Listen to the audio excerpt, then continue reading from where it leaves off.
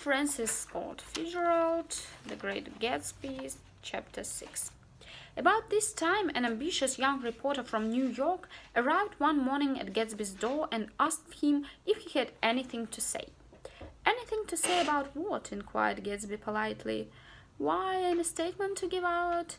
It transpired after a confused 5 minutes that the man had heard Gatsby's name around his office in a connection which he either wouldn't reveal or didn't fully understand. This was his day off, and with laudable initiative he had hurried out to see. It was a random shot, and yet the reporter's instinct was right. Gatsby's notoriety, spread about by the hundreds who had accepted his hospitality and so become authorities upon his past, had increased all summer until he fell just short of being used.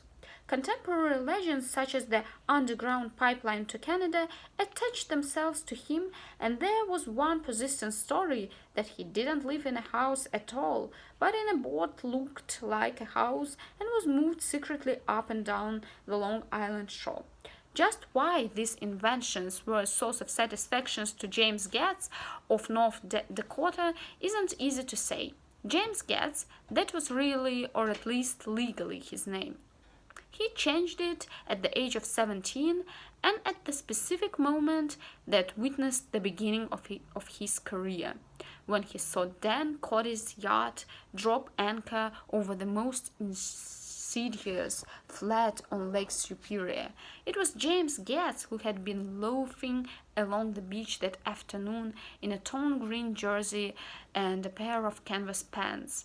But it was already J. Gatsby who borrowed a rowboat, pulled out to the Tuolumne, and informed Cody that a wind might catch him and break him up in a half an hour.